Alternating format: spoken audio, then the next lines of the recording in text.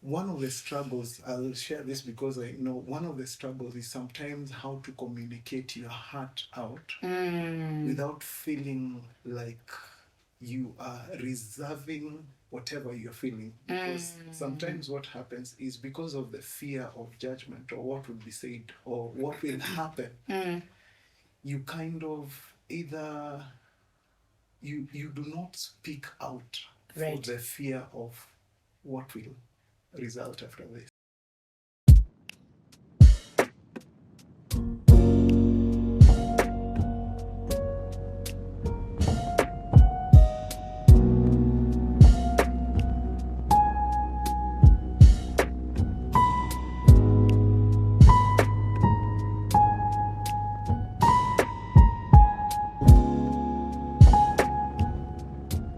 Hey guys, welcome back to Beyond Sunday.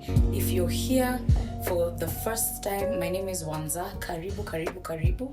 If you've been here for the previous episodes, I just want to welcome you back again and thank you for watching. I want you to do something for me. I want you to like this video. I want you to share it, and I want you to comment down below. Let me know your thoughts. Share this video to every human being who you know is in the worship ministry, is thinking about joining, has left, wants to come back. Anyone literally who's in the worship ministry, please share this video. It will be of benefit to them. Thank you so much for joining us. Today I have very special guests. I know them both individually and they're both my friends, and I'd like to introduce you to them. But before I do, I just want to do a short recap. Last week we were talking about our expectations from the pastors towards us, and we had a very fruitful conversation. So today we're going to talk about what worship leaders expect from their pastors. I'm telling you, you are not ready for this conversation. Even me, hey, Nikoto, I'm just like, guy, what's going to happen? But I'm ready and I'm so expectant because these two people are very dear to me and they have been in ministry for a while. So you know they have all the wisdom, all the nuggets, everything you can think about for us in this season. So without further ado, I would like to welcome Gathoni and Pastor Martin Dulo. Karibuni sana Beyond Sunday. Asante. Mimi hata sifeel kama niko worthy kuwa introduce. Please. Najua mafuta mnayobeba kidogo. Please. Please.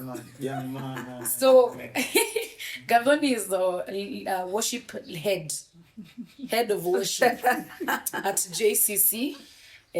Kama mumemuona, mnamjua. Wale hawajamuona, you know, she's a power-packed worship leader. Then we have Pastor Martin Dulo, who's a head of worship at Nairobi Chapel, the main one, the one where everyone knows all the other Nairobi chapels from. That one, that's the one that is the head at. So hawa ni watu wakubwa, you know. Fun fact, I've actually known Pastor Martin since university. Can you believe it? It's been a minute. Yeah. So before we continue, Ebu sasa, every other thing you do, introduce yourself. You guys. Tell us what you do besides worship, besides church. How does your Monday to Saturday look like? Tell us, what do you do and who are you? Tuanze na Martin, Pasi. Asante sana. Where do I start from? My name in full, Martin Joram Dulo. I know many people don't know the Joram. That's where JD Martin comes from. Yeah. Serve at Nairobi Chapel as a worship pastor. Currently handling the next generation. Come on. The next generation is the young adults and the teens. And I've been on it now. This is my second year working with them. What else do I need to say? My week? No? Well, besides worship leading, is that your full-time Are you full-time in ministry? Yes, I'm full-time in ministry. Okay. That's what I'd call my 8 or 9 to 5. Basically, throughout the week, I think worship, meditate worship, lead people, do trainings on worship as well. So that's how my life, when you talk about my week and every other thing that I do, that's how it looks like. Nice. Yes. Gathoni? Well, You to quit a Pastor Gathoni. please. Sikimbize the title sign. My name is Gathoni. Gathoni. Muchoki is my dad, Mutugi is my husband. I am married. I have 3 very, very handsome boys. I repeat, handsome. I serve in JCC Parklands. And I do business. I sell jewelry. I think because of the love of fashion I have. So I realized because people like what I have, so why not make Maybe it I'm business? one of them. Why not make it business? Yeah. So I do that. I also teach about worship, the JCC School of Worship. I teach JCC School of Worship. I also go to other churches and teach their worship teams. And what else? Nothing. I don't think there's anything else. So basically, your full-time ministry with us, you have a small business that you run as well. I'm not full-time ministry. Yeah, I'm not in full-time ministry. Okay. Yeah. Is there anything like half time? Kuna half. Kuna half and half. Kuna half and half. Yeah, because I don't do like church from Tuesday, from 8 to 5. No. Okay. Yeah. Because there are some worship leaders who do 8 to 5 Monday to Friday. Yeah. Then Sunday and Saturday they're in church. Yeah. No, I don't do that. I am half there. Have you only 3/4 plus quarter? When they need me. But then again, there are times we are busy. Okay. Like we'll have conferences the whole week. Right. We have prayers, so it depends. Right. But not full time. Okay. Yeah.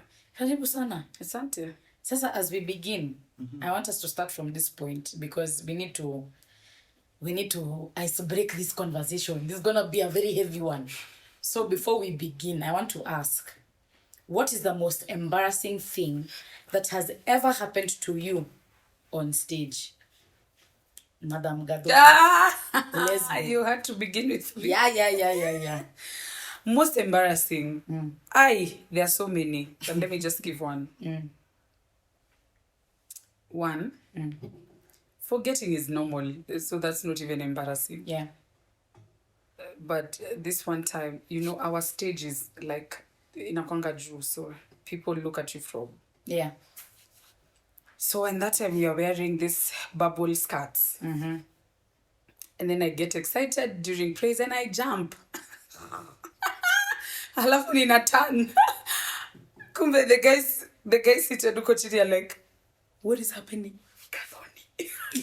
Hey. Good thing is I didn't realize it until after service. I was so, let me tell you, I was so embarrassed. So nowadays, if we wear anything that is bubble, I stand. You don't jump. Yeah. If it's praise, let's stand there. Clap your hands, all you people. Clap. Your fingertips are clapping because exactly. If you do like this, kidogo too, you will minister different things to people. My God. Yeah. So. How about you? It seems dress code malfunctions are the thing here. I've also had one actually. For me, it was my button. The way you have your shirt on. Oh, little did I know. It was tight.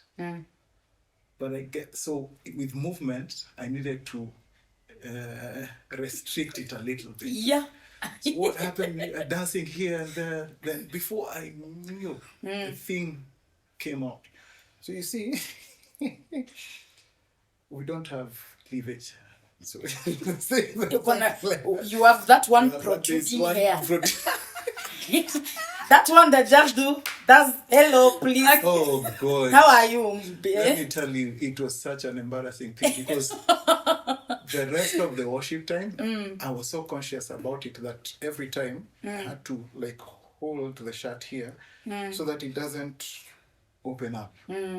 And I remember after I'd done ministering, my senior pastor was there with us. So he came and he was like, I have told you, these shirts you wear, you need to stop wearing tight. Oh my God. That can be so I was embarrassing. like, Lord, nowadays I do big things. Yes, but yeah, that's... Na pull necks, because pull necks hazina button. Hazina button. Iko tu baka- Iko tu backup. Yeah. Jasho inakuwa lakini uko tu sawa. Hakuna mtu anakuona hiyo. Hakuna mtu Yeah, anakuona. okay. Mi nakumbuka I've ever fallen down nikishuka stairs kwa stage. My Lord. What? Ushavaa heels, alafu kitambo when I was young I used to wear 7-inch. Alafu nenda nasimama hapo in front of my father namwambia, what do you think, Dad? What? Nakwambia kiliniramba. One time nimemaliza kulead worship, nikishuka chini hivi. Ay. Face flat hivi. Nakwambia alafu sasa umevaa bubble skirt. Ay. Mtoto wa pasta. Unaanguka hapo mbele ya watu. Never recovered. Diving for the Since that day, I think I don't wear 7-inch heels anymore. I don't wear... It's very rare for you to see me in a circular skirt. I would rather wear a straight one, and if it's circular, it's to the floor. Yeah. So that by the time I'm falling, the fabric has covered my leg everywhere like this. Because, anyway, Yeah. Jesus is still Lord. Yes, he is. So, at least tumefanya icebreaker. I want us to get into this conversation. As I said earlier, we had the same conversation with Pastor Zeno last week. And he gave us a lot of wisdom from a pastor's perspective. So I want you guys to help me crack this thing, because I think I have realized that our expectations sometimes can really become, or can really, what's the word? It can, not after the word. Kineza turamba, wacha niseme hivyo. Because we expect too much from our pastors. Yeah. We expect too much from our congregation, how they're supposed to treat us, and whatnot. And then we end up falling flat on our face. Yeah. And sometimes we don't even realize that these expectations are there until something like offense comes. Yep. Then unakuta someone left church because they were offended and they didn't realize, by the way, I have an expectation that my pastor must give me dasani water Yeah. every service when I minister, and I must have protocol to give me the water as I'm coming down. You get? And I didn't explain that. So I want us to discuss those issues around that, and how can we communicate these expectations for our pastors without disrespecting them, without overstepping, without... How can we collaborate, basically? Because I think the two most important departments in a church, one is a pastoral office, and then two is the worship leading office. Because we sort of help the service come together and minister to God's people. So how can we bridge that gap, you know? And I want to know your thoughts. How has it been for you in the years of ministry that you have been in ministry? Have you struggled with expectations you have for your pastors? And how has that been for you? Yeah, maybe we can start from there before we go into deeper matters. Yeah. Tulo, Pasi? Well, I think even as you're speaking, I'm just trying to look at what you've just mentioned. Let's start with the communication aspect of it. Yeah. Because I feel everything boils down to how things are communicated. Yeah. And I know one of the things that we engage with a lot as worship ministers, as, of course, pastors within those, of course, who share the word, and senior pastors of the church. We have people who have very different personalities. Yeah. There are people who are outspoken. Yeah. There are people who are quiet. And for some people, like, I'm such a sanguine. So, you know, for sanguines, sometimes you are bubbly and everything, happy moments. Yes. You get Yeah. the energy is in the happy moments. Yeah.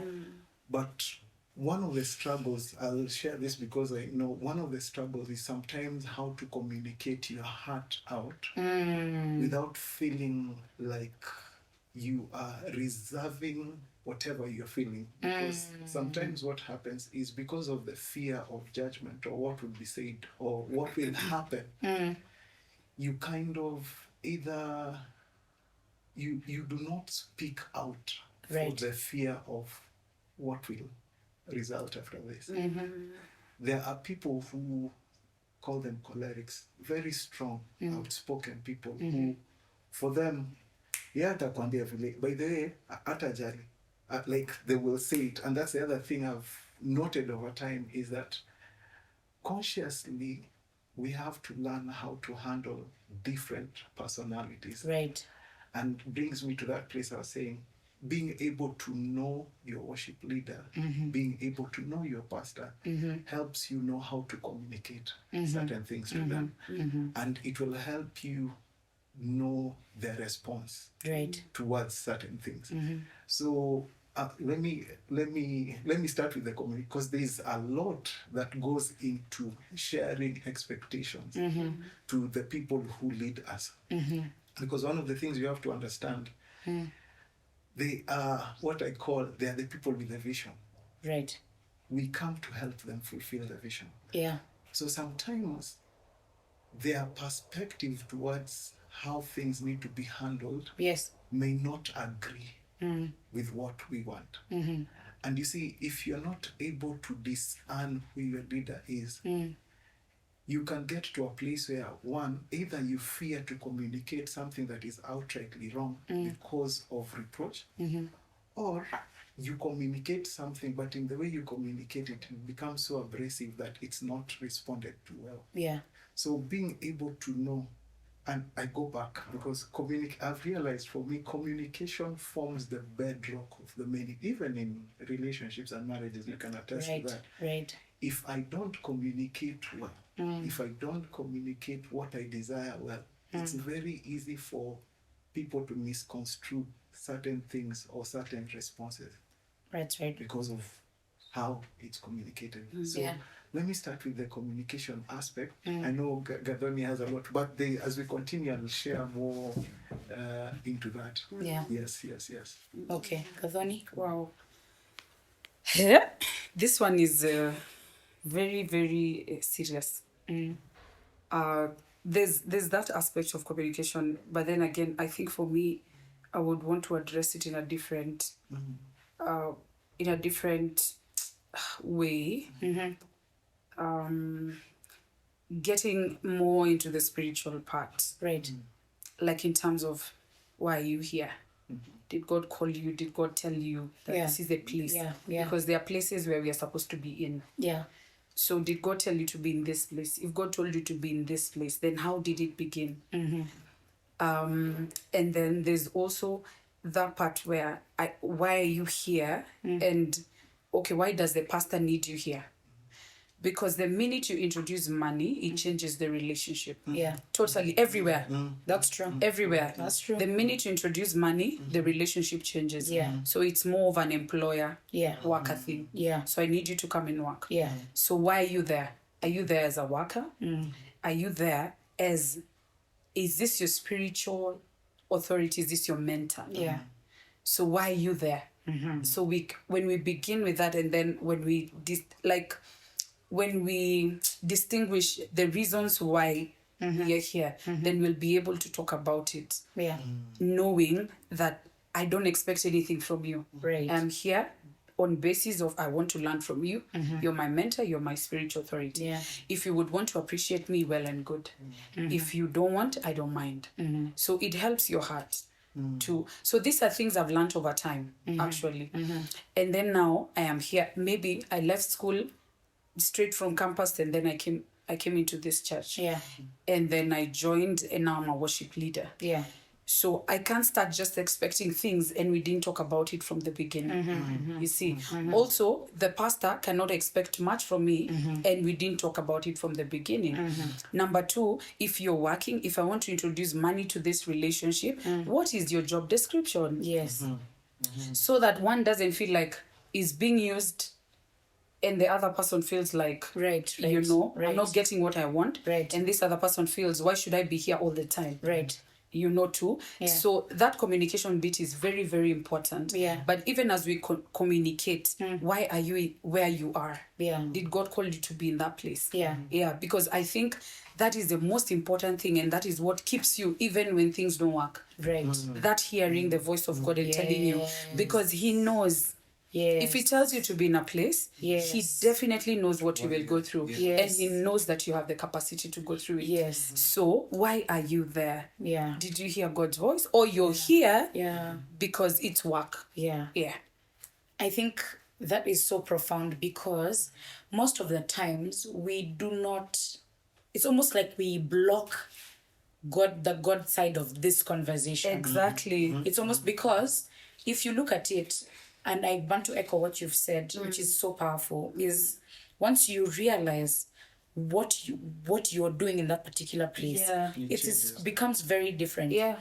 I think also for me, what happens with me is that it is very rare for me to leave a place despite the hurdles unless God has told me to. Exactly.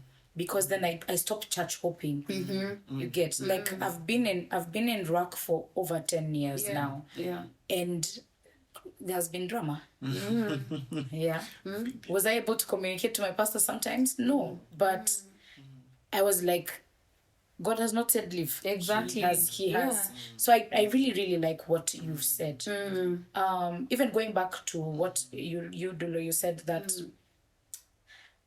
communication is equally important to know how to communicate. Sometimes we lack people skills, friend. Like I think one of the things beyond just standing on the mic and leading that us worship leaders need to really, really learn is how to effectively communicate, especially with authority. Yes. Because the way I talk to you is not how I'm going to talk to Rev Julia. Exactly. You get. And sometimes, yes, he can be my friend and we can have conversations. Yeah. But I cannot be familiar. Yeah. You get. Because the moment I become familiar, then whatever that happened, like, or whatever this thing we call becomes difficult. Yeah. So I want us to really delve into authority and how you've been able to get your teams to get there. So, but before that, let's take a short break. Okay. And then we'll come back. All right. Welcome back.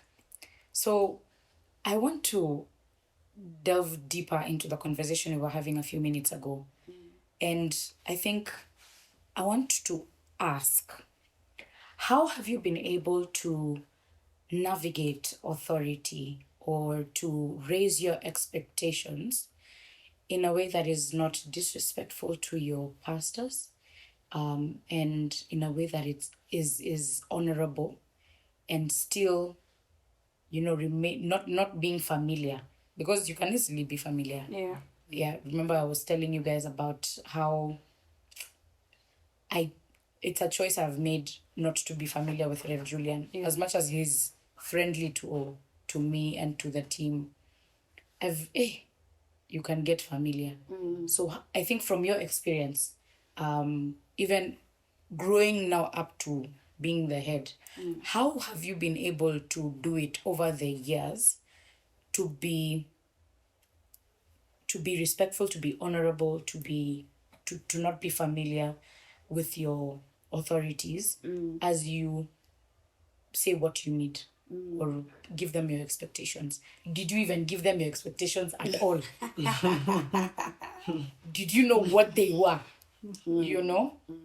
Tell me about that.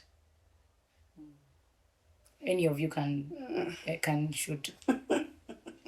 Well, let me just say, I think I'll just take it back to the place of our relationship with our parents. Mm. And I'm saying this very carefully because I know some of these statements have been pushed beyond borders when you start talking about dad. Yes. Yes. Yeah. But honor begins when you start respecting the people God has given you as authority as who they are, viewing them as who they are. We may not be related to them by blood. They may not be part of our family. But when you look at someone older from a place of this is somebody I need to honor and respect, it helps you define your conversations around them. And it helps you avoid familiarity because there's a way I cannot talk to my parent. Yeah. By virtue of them being my parent one and being older than me. And in fact, scripture admonishes us that we should know how we speak to those who are elderly Yeah. and those who are younger. So the place of understanding who these people are to us really helps us a lot in defining how we communicate our expectations to them. In fact, part of I'm trying to remember exactly it is, but it says that even for the older, like parents, do not offend the younger ones. You get? So there is a place of respect from both parties. And when you start understanding that, it helps you know how to communicate to them and allowing them to speak to you. Because you have to understand, again, I always say this, we have been called to support the vision. Understand that when you have that understanding, you now appreciate who they are, in as much as you may sometimes not agree with certain things. But when you understand who they are, honor them for who they are. In as much as you may disagree with something, it helps you know also how to communicate it. And also this pushes me to the next point, which is a relationship. It's easy to speak your heart out to somebody you have a relationship with than somebody you've just met. Because you already know points of interaction. And one of the things that I really invite people to most of the times, especially in the places of leadership and growing people in worship, is what kind of relationship do you have with the person leading you?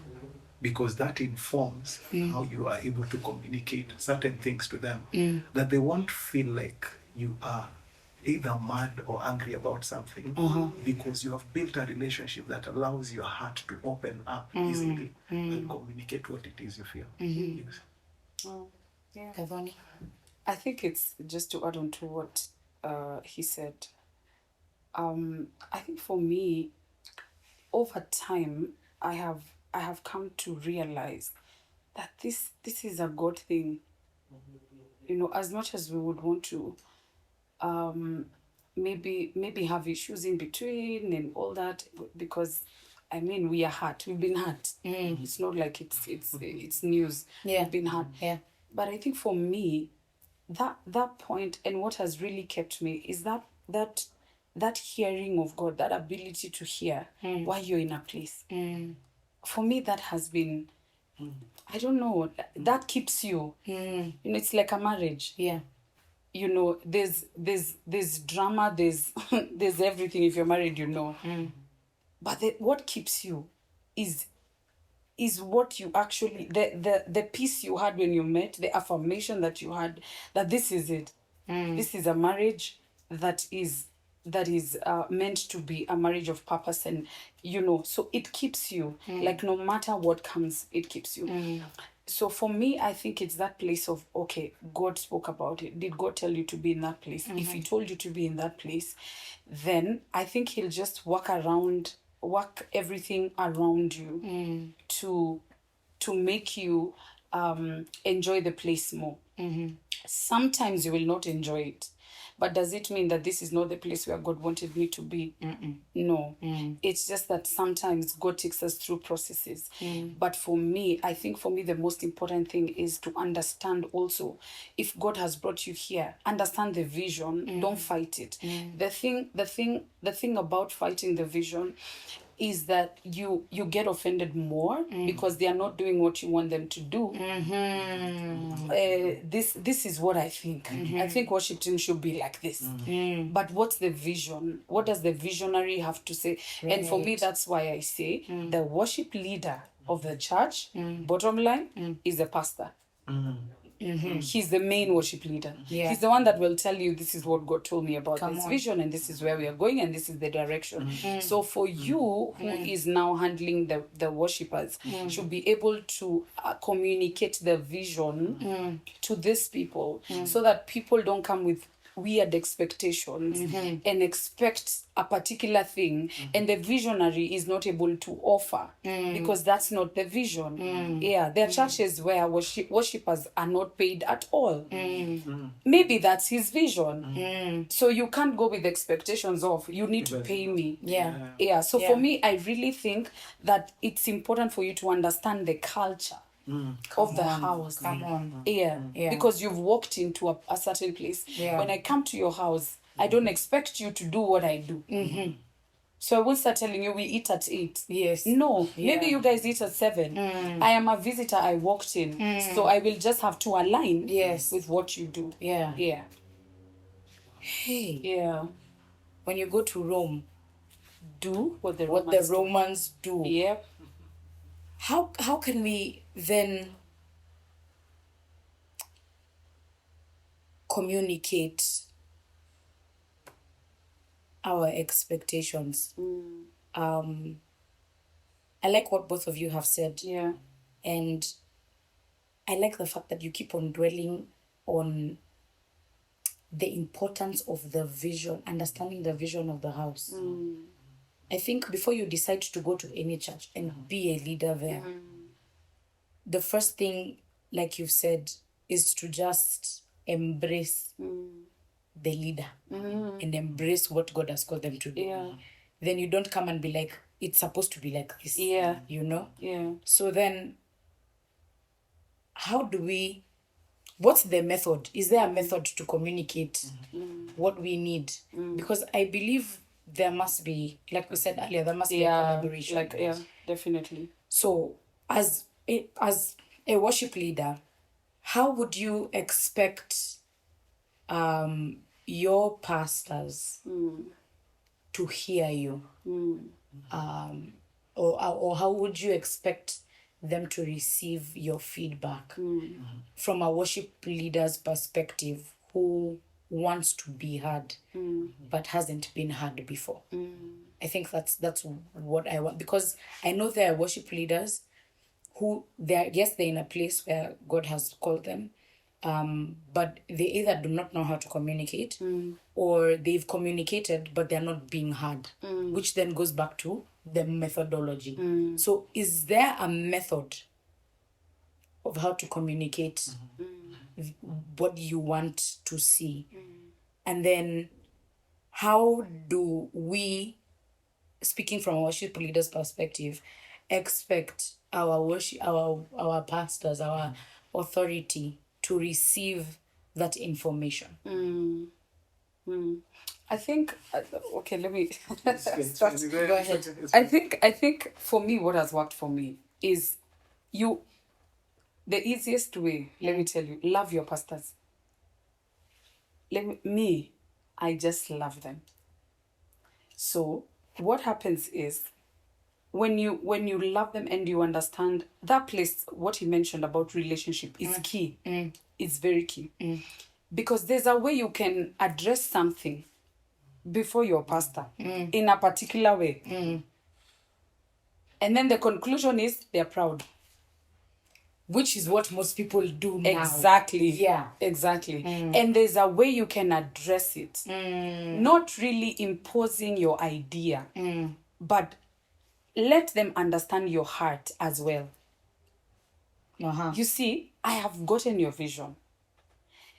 And I want to bring it out in a way that you will love it. So when I bring a different idea, it's not because I want to fight your idea. So how to communicate this is very important.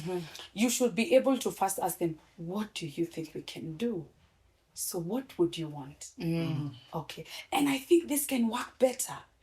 And then they go like, this one is not fighting. Yes. You see how you address Yes. issues Yes. are very important, especially with a visionary. Because they're the ones who, I mean, whether we like it or Mungu not, they got, aliwaita. ndio Mungu aliongelesha. Yeah. You were not there when God was talking to Come them. on. So you need to really bring it in a way that they understand that, oh, she's actually not. And then now when you're given that opportunity, or when they listen to you, please be faithful. Be faithful with exactly what you agreed on. Don't now go start telling the people under you, sasa tutokeni.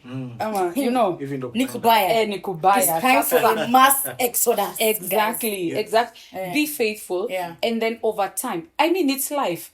I can't just meet you today and trust you. Yes. Yeah. Yes. It's I have to walk a journey with you to be able to trust you. It must be True. earned. So for your man of God to be able to trust you, or your woman of God to be able to trust you, it's a journey. They have trusted you with a little. Even God says that if you're trusted with a little, then you'll be able to be given much. Yeah. So are you trusted with that small idea that you first gave?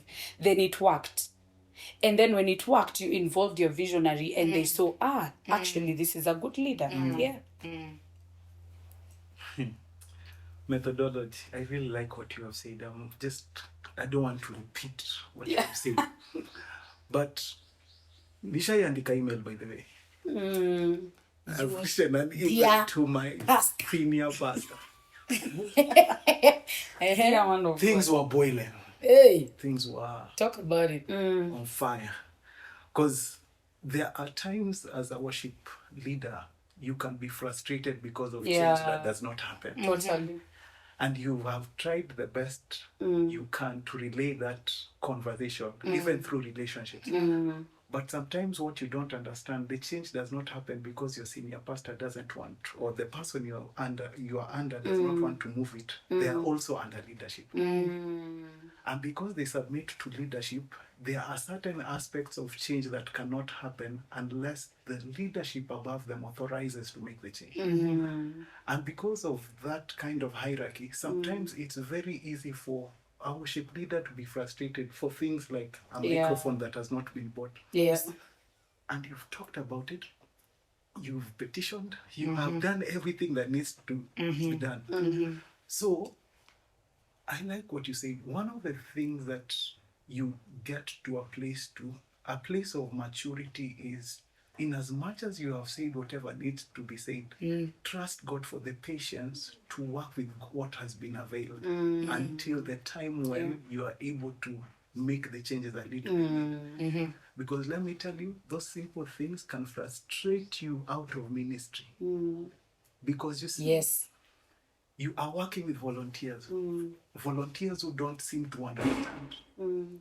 Why is this not done? I mean, there is tithes, there is offerings that we give. I mean, it's just a microphone. Why can't you just go ahead and buy it? But when you come to this side of the space, and that's why it's very important also, as people who have been assigned under the people who lead us, learn how to protect your leader. What? Ebu say that again, please. Yeah. As people who have been called to submit under leadership, it's very important to cover your leader against the accusations that may come from the other side of the divide. Because that other side of the divide may not understand the dealings in the house. So it's very easy for them to just conclude. And you're here, normally what happens, there is that side, there is you, there is a leader. Then there's, So you become Jesus. You're in the middle. Deputy Jesus. So you have to make sure, in as much as expectations are communicated, you need to know and understand and be able to relay information correctly to both parties. In such a way that when I go to my pastor and I tell him, by the way, this thing is becoming a frustration, you have communicated it in such a way that he can also see it. On this other end, when a volunteer comes to you and tells you, why is it that we are talking about this thing over and over again? Help them see it's not that we are doing nothing about it, but we are working through it to ensure this happens. Yes. So it's important, again, I'll say, when you're talking about methodology, and why I was even saying that I've written an email before, it's because sometimes for people who have their pastors under leadership, a thread of communication needs to be seen so that the other party who is not your pastor can see truthfully there is this thing that needs to be addressed. And especially for pastors who are under elders. Because there are churches where, because it's the elders' court that decides some of the things that happen within the system. Like buying equipment and what, that's a whole thing. So for me, what I'd say is that when talking about methodology, what works? What works is, first of all, as a person, I have written down my concerns, gone through them to a point where I know this is not me being biased. Yeah? And now I look for an opportunity to sit down with the man of God and tell them, by the way, A, B, C, and D is happening. How can we change it? Then I think the third thing for me, like I've said, the patience to see change happen. Because sometimes I might want for this thing to happen, but you do not know the season of time and grace for what you are requesting for might subvert what sometimes God is trying to do in the lives of individuals. Because sometimes I might be insisting to get a montage 8. But my friend, my keyboardist doesn't even know how to set up ESR 320. And I'm there. You know. You're asking. So, how am I also helping the team grow? To a point that when I ask for something, it does not seem like I am pressing for something we are not ready to handle. But we have matured enough to handle that which we are asking for. Wow. I want us to as we finish, I want us to now go inside the team. We've talked about how to handle external leaders. I want us to talk about how to handle internal leaders. Ndani ya nyumba. Because I think before conflict is visible externally, kuna kuwaga na drama inside. So I can be a worship leader in the team and I am speaking to you as my head and we don't agree on some things, or I come to you about an issue I've had with my colleague and you don't handle it properly, or I don't communicate it properly. How do you navigate inside? Because I've been there, yes, and I think all of us have been there, but there are times where hata kuvuka protocol is very easy. You go to, like someone would go to Lady Bishop and be like, Gathoni did this. You need to fire her because she is, you get. So, as a worship leader, now stripping your title off, inside, how do you deal? How do you navigate that so that we can deal with each other respectfully? Because before we can even deal with an authority, if you get it wrong from down here, forget it. So how have you guys been able, even before you became leaders in the team, to sort out your domains, to handle how you not deal now? How have you been able to do that? Or what can you tell a worship leader who is in it? How can you help them deal? Because sometimes it's the wisdom in how to deal with those situations. Because not everything should fikia your... Actually, not everything. Not everything. Huwezi enda kuambia ati, Lady Bishop, Pasi, unajua Gathoni alifanya, unajua Pastor Martin Dulu alikuja you get, like, how do you, inside, how do you deal, how do you navigate that?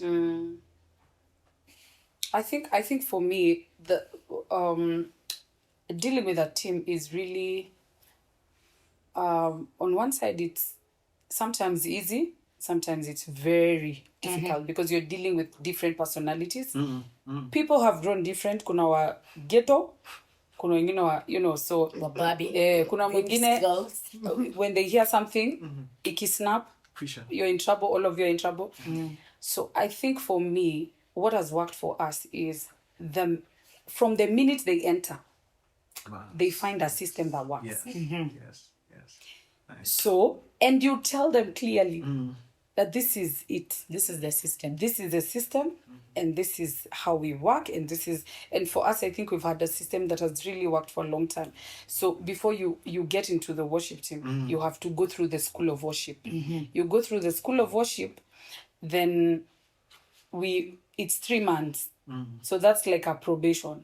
Like we can tell this particular person is like this. Then you join the choir. Now from the choir, we'll be able to. So now like so if you're here because of you have different intentions, utatoka before time. If you're here because of utatoka. So I think having those systems and telling them, it's not actually me, the leader. We agreed. Written rules and regulations. So it's not me.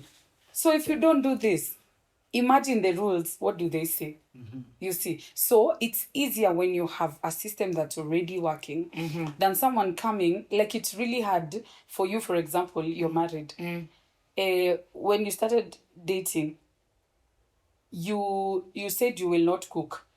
So it's very hard for you to get into the house and start cooking. It will be a shock. Or rather, do something else. Yeah. It will be... So what you introduce to someone from the beginning is very, very important. Yeah. So they need to understand this is what you're supposed to do from the beginning. And then definitely kuna issues, they'll come up. Some people will just want to go direct to the bishop. Some people will try to, walk direct to the... So now this is where you also communicate to your pastor and tell them this particular person, this is how, so that now when they go tell them, they'll send them back to you so that they understand that there's protocol in this thing. So some of those people, that's how you deal with them. You kill it by the pastor sends them back to you, and then now you deal with them.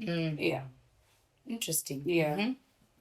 One of the things that I have appreciated over time, again going back to relationship, if you have a good relationship with the person leading you, they will help you deal with a lot of those things down here. True. Because it's like she said, most of the people who feel the senior pastor is available to them, they will bypass you. Go to them, then they address you this way. But because your pastor knows you, they channel them back, bring them back in.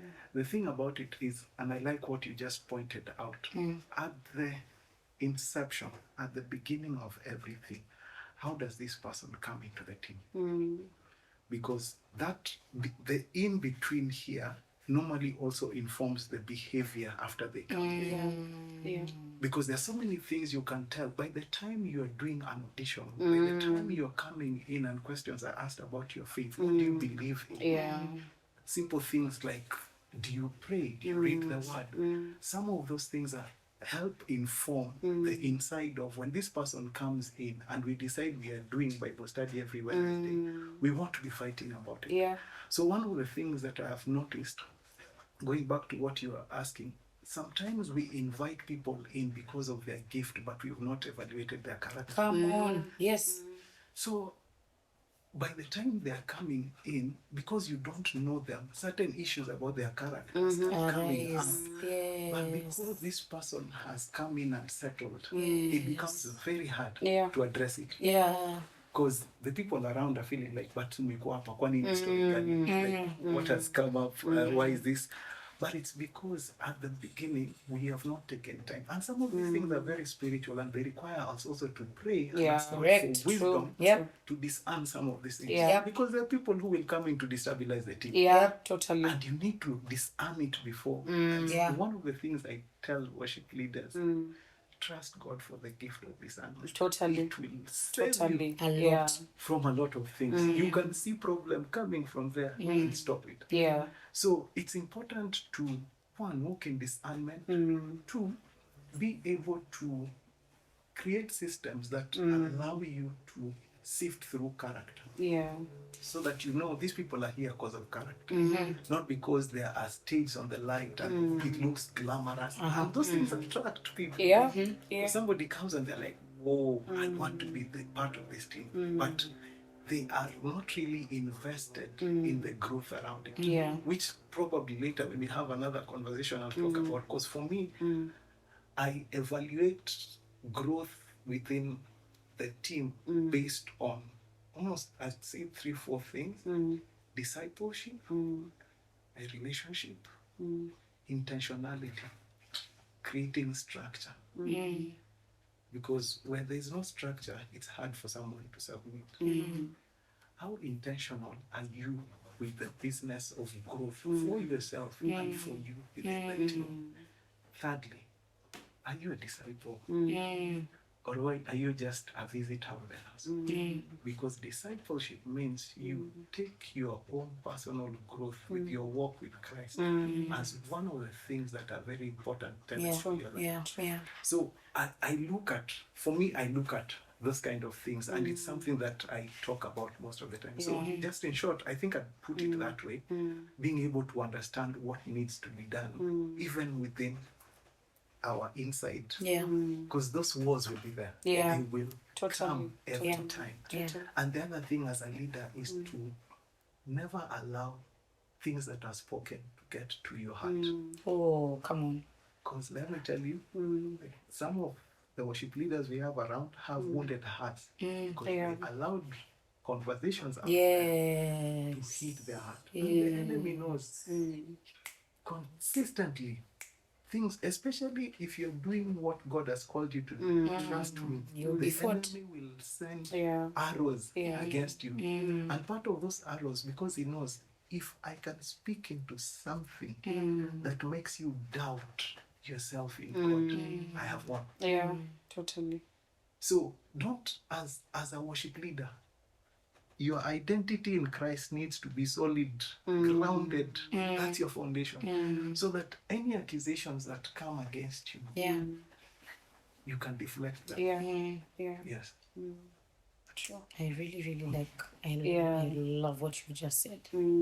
As we finish, I want you to give your parting shot to a worship leader that could be struggling with this area of authority and raising their expectations.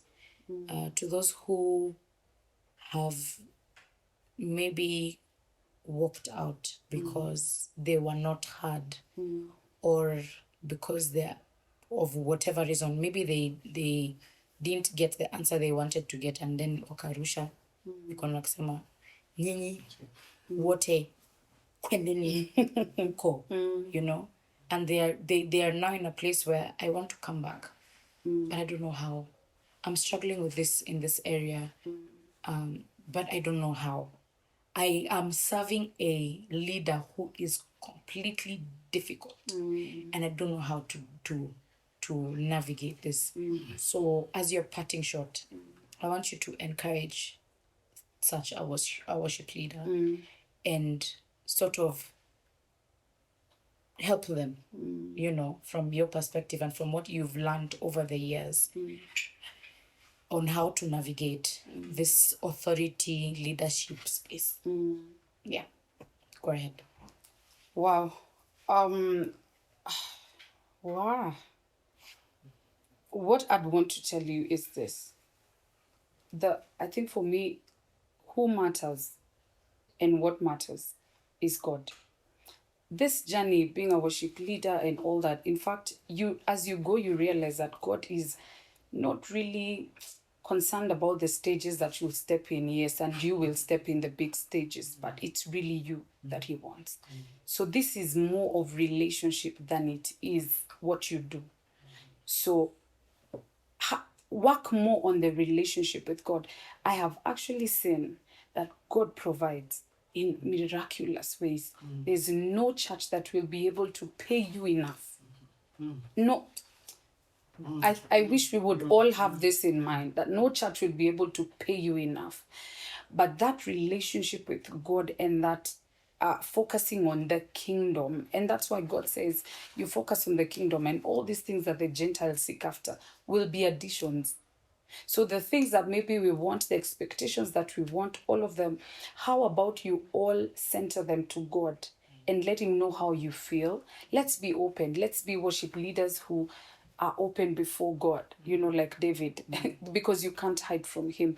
Just let's pour out, let's be open, let's talk about it, let's cry it out, say, have you been hurt? Yes, I've been hurt. I this is what I feel, but the most important thing is your relationship with God. For me, that has kept me, that has sustained me, knowing God, because there are times I'll get hurt by my spiritual authority, and the person that will actually encourage me is God. So this thing is all about God. And pray for your leaders. That verse that says pray for your leaders for you to have peace is very important. When you pray for your leaders, sometimes talking to them doesn't work. Sometimes praying for them works. You pray for them, eventually their heart begins to align to that particular direction that God wants them, because not every leader is perfect as well. And for us as leaders, and maybe worship pastors and whatever leadership capacity you have, remember our first priority is to serve the people. You're not there to sit on God's people. You're there to serve them. And there are people who come with no esteem. There are people who have just issues from left, right, and center. Your work is to serve them. And all this is for the glory of God. Amen. Yeah. Amen. Yeah. The pastor has said it all. I don't even know what to say. But in short, dear worship leader, in whichever capacity you are, make sure